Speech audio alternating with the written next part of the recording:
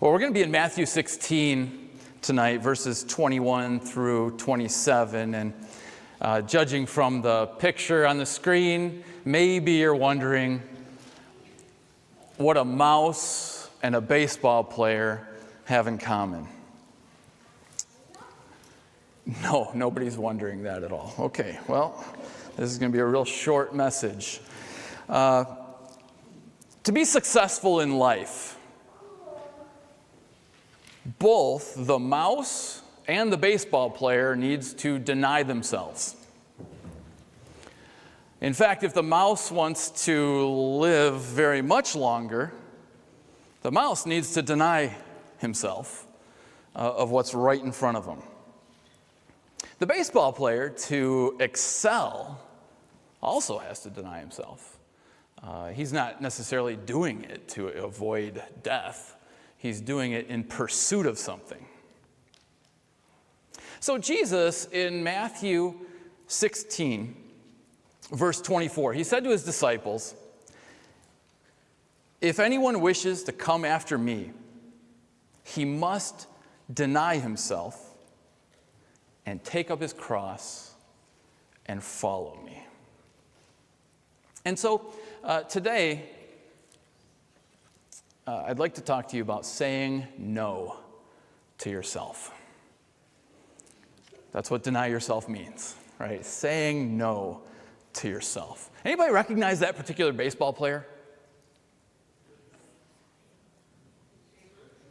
Not Babe Ruth. Not DiMaggio. Not Mickey Mantle. Lou Gehrig. Yeah, Lou Gehrig. Just for the record, youth group, I would not have recognized that player.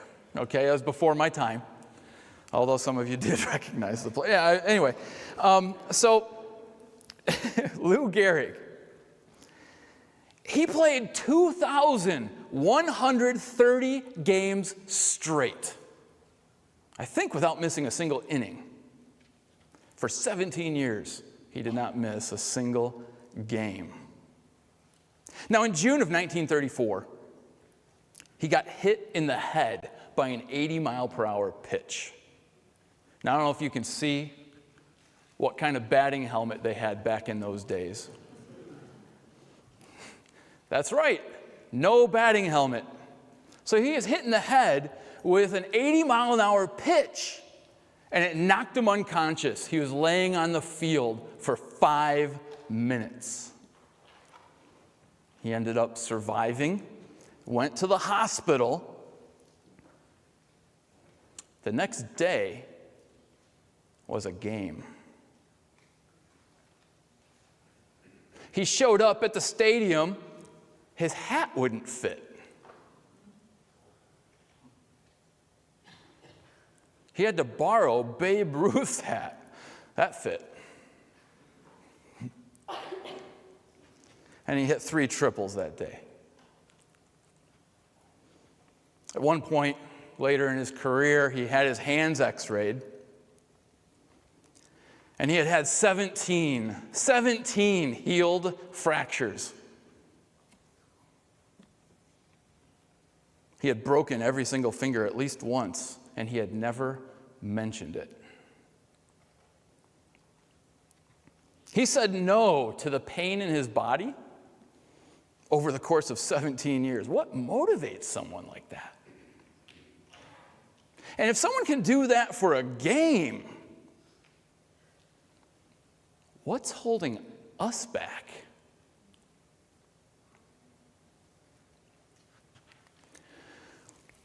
In the 1960s and 70s, there was a series of experiments, and psychologists had a bunch of children come and sit in front of a marshmallow, and they said, hey, if you can last, you can sit here, and you can eat that marshmallow whenever you want, but if you don't eat that marshmallow, I'm going to come back and you get 2 marshmallows. And they left, and so the kid was left alone in the room with a marshmallow sitting on the table. The average age of the kids was 4.5. So these are little children. It's kind of a rough experiment. I don't know if they do that today or not, but how well did the kids do? Well, we'll revisit that experiment later. Jesus said that if anyone wants to come after him, he needs to deny himself. Just like these children, just like baseball players, just like a mouse with cheese. So let's look at a few verses before Matthew 16:24 and a few verses after. So in 16:21, Matthew 16:21, it says this: "From that time, Jesus began to show his disciples that he must go to Jerusalem and suffer many things from the elders and chief priests and scribes and be killed and raised up on the third day." Now, it says from that time. So what's going on here from that time? What just happened in the text, just a few verses earlier in Matthew 16, Jesus had asked his disciple, "Who do people say I am?" And Peter, of course, ended up saying, "You are the Christ, the Son of the living God." And Jesus said, "Blessed are you, Peter, because flesh and blood hasn't revealed this to you, but my Father in heaven has revealed it to you." And he said a bunch of, basically, "Peter, good job. I'm going to give you the keys of the kingdom," and all these things. And so now Jesus, right after that, from that time, Jesus began to explain. And he said he must. He must. There's something he has to do. It's a necessity that he goes to Jerusalem and suffers many things, be killed, and raised on the third day. Now, it's almost as if Peter didn't even hear the raised on the third day part. Peter says, took him aside, "Lord." He took him aside and began to rebuke him, saying, "God forbid it, Lord. This shall never happen to you." Now, Peter had some good intentions. I mean, how many of you try to prevent your friend from suffering? I mean,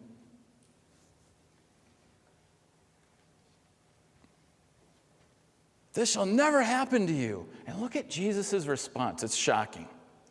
Jesus' response to Peter in verse 23, he turned to Peter and said, "Get behind me, Satan. You are a stumbling block to me, for you are not setting your mind on God's interests, but man's." Shocking. He's called Peter Satan. And the word Satan means adversary. Peter, you're setting yourself up against me. You're my adversary. We're reading through the New Testament. I'm reading through the New Testament with a couple different groups of students. And, when we got together and talk about it, several of them have mentioned, wow, it's shocking. And it is. It's shocking. In fact, probably, if it weren't for you guys talking about this verse, this wouldn't be my text for tonight. So thanks. You guys helped me pick this verse, all right? Because it's shocking. Sometimes as we read the Bible through and, year after year, sometimes the shocking things in the Bible don't shock us. But this is shocking. "Get behind me, Satan," to Peter, the guy who just recognized Jesus is the Christ. Whew. Now, another thing that's shocking is he said, "Peter, you are a stumbling block." Stumbling block. Now, that Greek word is an interesting word, the word for stumbling block there. The New Living Translation uses the phrase dangerous trap. "You are a dangerous trap to me." The Greek word for stumbling block is a bait stick.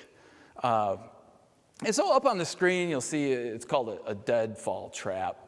And you see the bait stick there. The Greek word, by the way, is scandalon. It's where we get our English word scandal from. So, hey, Peter, you're a bait stick. You're a scandalon here. And you see what happens when a critter eats the bait? You can kind of see what's going to happen because we're smarter than the critter. Right? We know that when that stick gets moved, critter gets crunched. Now, there's another place where a bait stick could be used in a snare, where the critter takes the bait and gets flung up, Okay, so bait stick, scandalon. Peter, you are a stumbling block, a dangerous trap, a snare. Oh, this is shocking to me too. To me. Wow.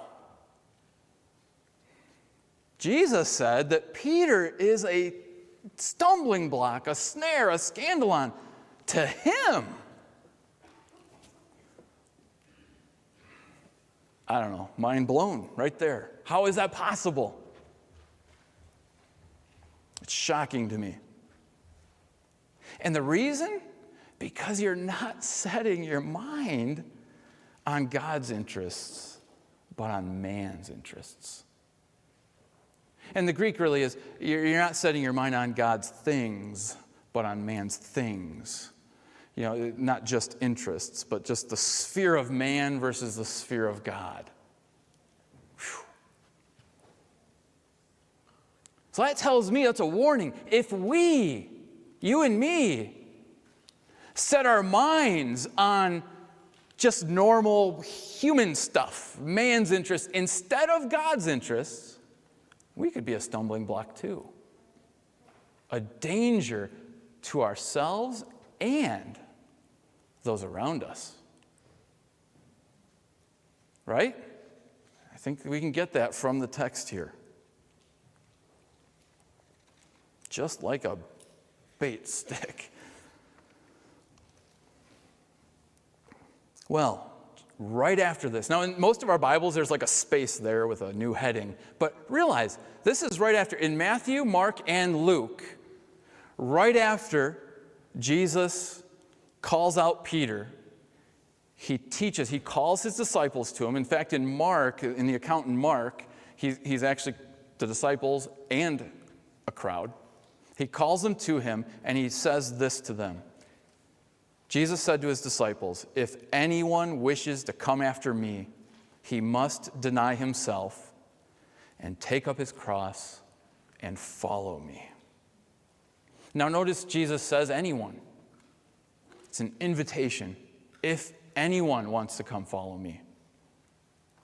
And he also says wishes. This is voluntary. Jesus is not coercing anybody. It's if you want to follow me. Well then, if you want to follow Jesus, denying yourself is not optional. It is not optional. And this is not something just for a select few Christians, the real serious Christians. Now they need to deny themselves. Doesn't Jesus say, if anyone wants to follow me?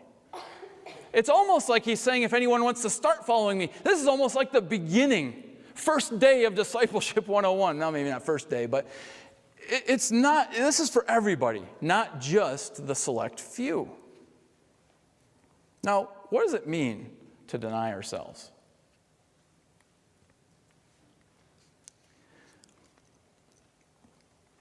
Before we get to what it means, let's look at what Jesus' reasoning is. The next 3 verses has his reasons. Why deny ourselves? And all 3 reasons are pretty similar. Verse 25, 26, and 27. Notice how each of the verses start with the word for. And that word for, it's a Greek word that is used for arguments, for reasons. He's giving reasons why denying ourselves makes sense. So let's read 25, 26, and 27. It says, "For whoever wishes to save his life will lose it. But whoever loses his life for my sake will find it." So if you play it safe and safeguard your life, it's not going to go well for you, Jesus says. You're going to actually lose what you're trying to save. Verse 26, very similar. "For what will it profit a man if he gains the whole world and forfeits his soul? Or what will a man give in exchange for his soul?" You see Jesus' logic here. It's like, look, guys, it does not make sense for you to gain all kinds of stuff and lose your soul. And then in verse 27, "For the Son of Man is going to come." It's going to happen. The Son of Man is going to come in the glory of his Father and with his angels, and will then repay every man according to his deeds. These are the reasons why it makes sense. In light of this truth, in light of eternity, because the world, the universe works this way, it only makes sense to deny yourselves. And now let's look at, what does denying ourselves mean? Well, we all have desires and drives that need to be tamed, right? We do. We have desires and drives that we need to tame them and deny them at some time. Example, safety and comfort. Now, safety and comfort, those can be blessings. God blessed the people of Israel with safety and comfort if they obeyed him, right? But taken too far, God asks us to go outside of our comfort zone and not play it safe sometimes. In this world, in this day and age, sex is out of control. We are called as people of God to be holy in this area as well. How about hunger and food? See, so many things that God gives us as blessings, if we overdo them or go outside of his plan, playing it safe, if we don't eat in moderation, if we don't handle the area of sex the way God says to, we get unhealthy, we end up suffering, even in this life. How about leisure? Now, leisure is good, rest is good. God devoted 1/7 of the days to rest. But read the book of Proverbs, and you'll see that too much rest, you become very poor, right? So we have to deny ourselves rest sometimes as well. So these are just 4 areas. There's probably lots of areas that we can look at in our lives, and that's a great question to ask ourselves. Is there any area that has control of me instead of the Lord controlling it in me, right? So a key idea here is that we choose to say no to certain things because we have a goal of something better. We see Jesus is coming back with the glory of his Father and his angels to repay everyone according to his deeds, and that motivates us. It motivates us. We have something better. Just like Lou Gehrig. Why? Lou Gehrig said this. This is a quote. "I am a slave to baseball. A willing slave." Now, do you know he didn't drink? He didn't chase girls or thrills, and he didn't drive a fast car. He went to bed every night by 9:30 or 10. He viewed money as a tool. He lived in a very modest house, even though he was rich when the Yankees were doing well. And he viewed money as a temptation. When the Yankees were successful, the team got like cushions for the dugout, so they could have comfortable seats. He tore off a section of cushions. He didn't want to sit on the cushions. Now, why would he do that? He didn't want to get soft. It wasn't like team policy. Nobody was forcing him. Just like Jesus. Jesus isn't forcing us to deny ourselves. He's like, but look, if you want to come after me, if you want to follow me, you're going to have to say no to a lot of things that self wants. Think of it this way. It's like if you were going to join the fire department and you wanted to join a fire department. It's kind of like anyone who wants to be in the fire department has to wear a fire suit. none of us would say, well, that's weird. That's too strict. I want to wear what I want. No, you got to deny yourself, deny your fashion. No, I don't know, fire suits, they don't look very cute. They don't look very cool. I might look a little funny in the fire suit. And Jesus, it's like Jesus saying, no, you got to understand how the world works here. You got to wear a fire suit into a burning house. Like, hello. Okay? That's exactly. He's like, if anyone wants to be my disciple and follow me, you got to deny yourself. Because this is the reality. If you don't, you might lose your soul. I'm going to return with the glory of my Father, and you're going to miss out here. So it's very much like that. You see how that's different than like some religious rules. He's just saying this is how it works. Lou Gehrig didn't need like baseball rules, like about eating and drinking and all.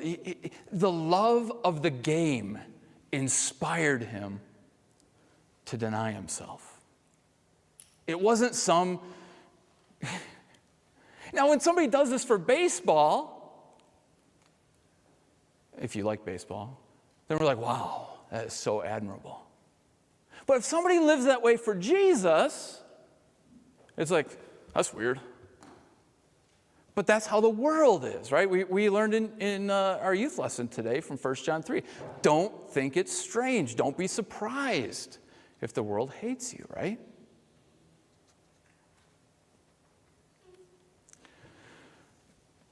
How did these children do in the marshmallow experiment?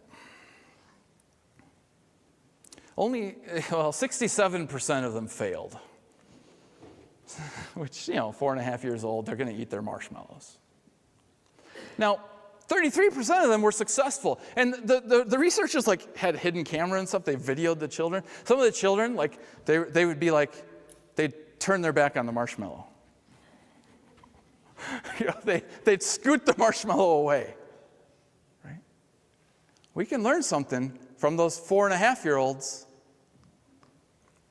We can. Now, the interesting thing is the researchers followed up on these children. 10 years later, 15 years later, 20 years later. Do you know? The children who denied themselves, those 33% who waited for the second marshmallow, had better grades, higher paying jobs, more stable relationships. Why more stable relationships? Well, think about it. In a marriage, let's say you're in an argument with your wife or husband. Let's say you're in an argument. If you're somebody who can deny yourself, you're thinking, I want the long-term goal. I want the relationship. But if you're a one marshmallow eater, you're like, I want to win right now. I want to win this discussion or argument. You see the difference? So even at 4.5, the ones that could say no to their immediate appetites were successful later in life. So I like it when science sort of shows that what Jesus says is true, all right? Jesus said the same thing. This is just how the world works. And we know that's true, right? Nobody's going to do their homework unless they're thinking longer term. If you're just thinking right now, you're not going to do your homework right now because that's not what you want to do right now. I mean, I don't think. Right? Am I right? Yeah, okay.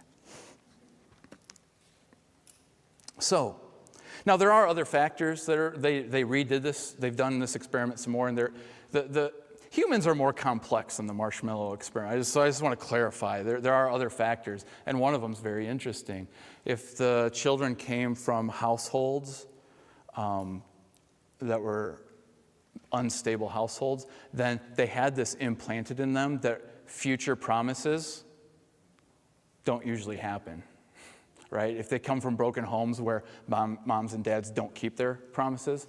So because they don't believe the reward's going to happen, they're going to eat the marshmallows right in front of them too. So very complex. So we do have to believe what Jesus says is true. You got to have faith that what Jesus says is true, that he is coming back.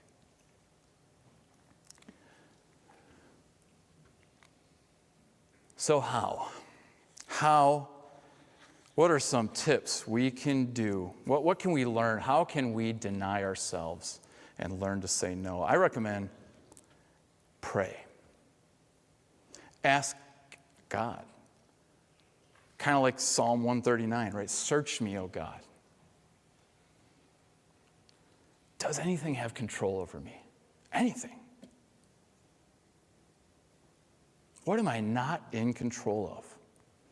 It's like what Paul said in 1 Corinthians 6:12, right? I will not be mastered by anything. Don't let anything master you.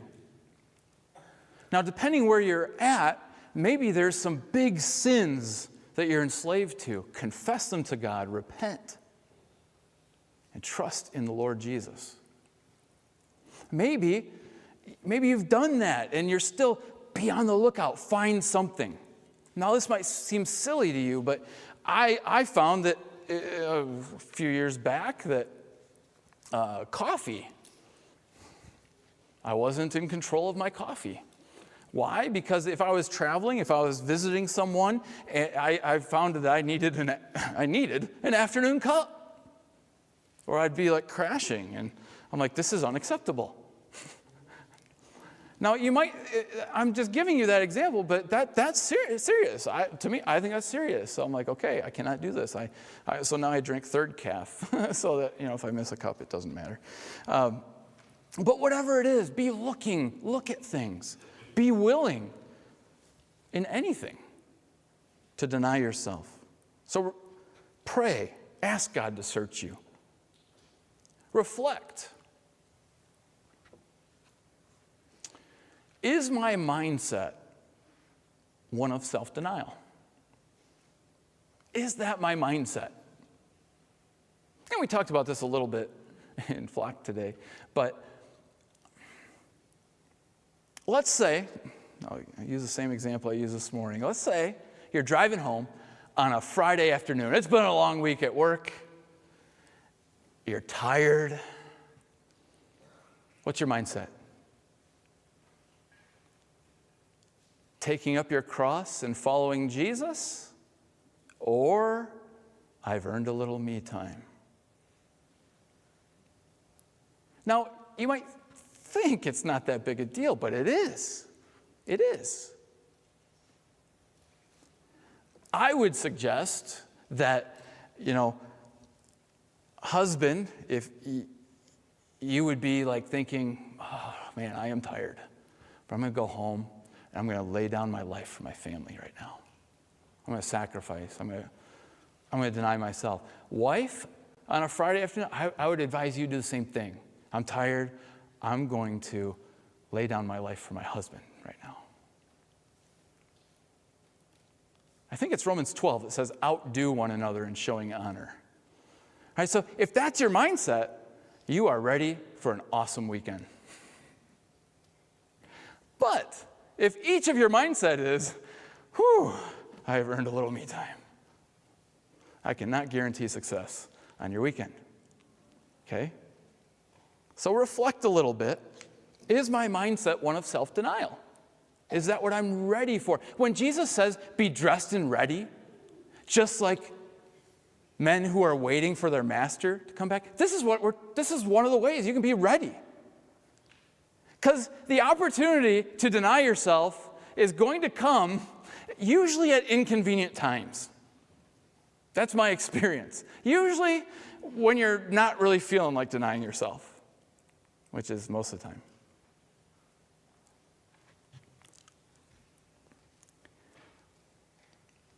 In my normal daily life, am I driven and motivated by Jesus coming again? Is that what puts a bounce in my step? Is that just, does that move us? We sang one of the lines, I'm bad at remembering lyrics, but it's like, it's my joy to honor you in all I do. Whew! It's my joy to deny myself and pick up my cross and follow you. You see, a lot of times it's joyful and difficult at the same time. Jesus wept in the Garden of Gethsemane. It was difficult. He says, my soul is sorrowful unto death. And Hebrews tells us that for the joy set before him, he endured the cross. See? So a lot of times it's joy and sorrow, like Paul said, sorrowful and always rejoicing.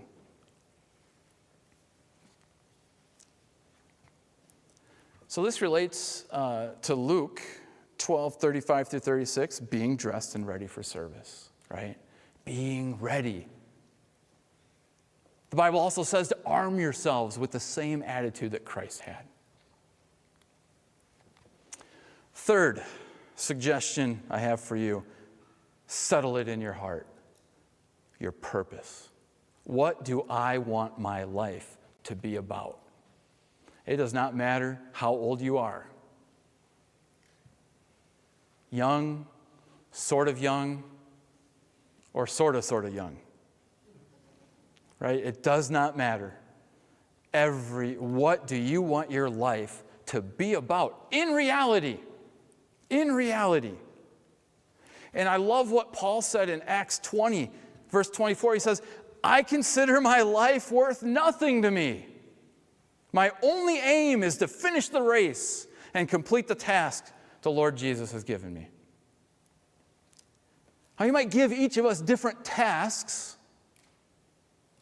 but the heart that Paul had should be the same. Whatever task, not all of us are called to travel all over Asia and preach the gospel. Paul was. But whatever task God has given you, let's have that heart. Let's have that purpose. My life is not what's important to me. What's important to me is running the race that God has given me.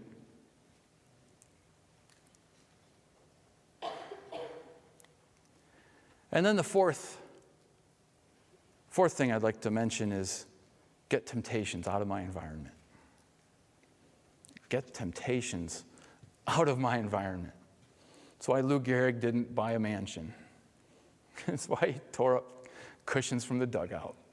Nobody's making them. He had a higher vision, a higher goal. And it was his joy to not drink alcohol. It was his joy to exercise because he had a purpose. And so when we can have a higher goal, a higher purpose, denying yourself is not this strict, miserable existence. Jesus said it's more like you find a treasure hidden in a field. And so you sell everything you have, you get rid of all your stuff so that you can go buy that field. And you're like, this is a great deal. That's how it feels to deny yourself.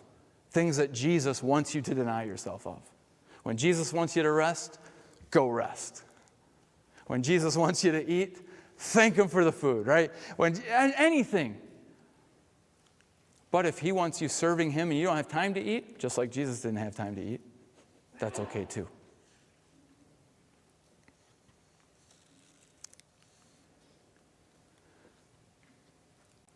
If anyone wishes to come after me, he must deny himself and take up his cross and follow me.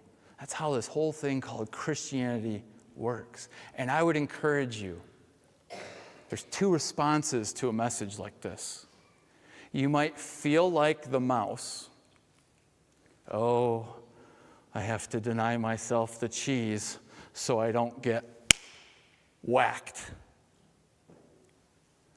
Or you could be the baseball player with a vision and a goal, and ridding yourself of lower earthly things is your joy. It is your joy to honor Him in all you do.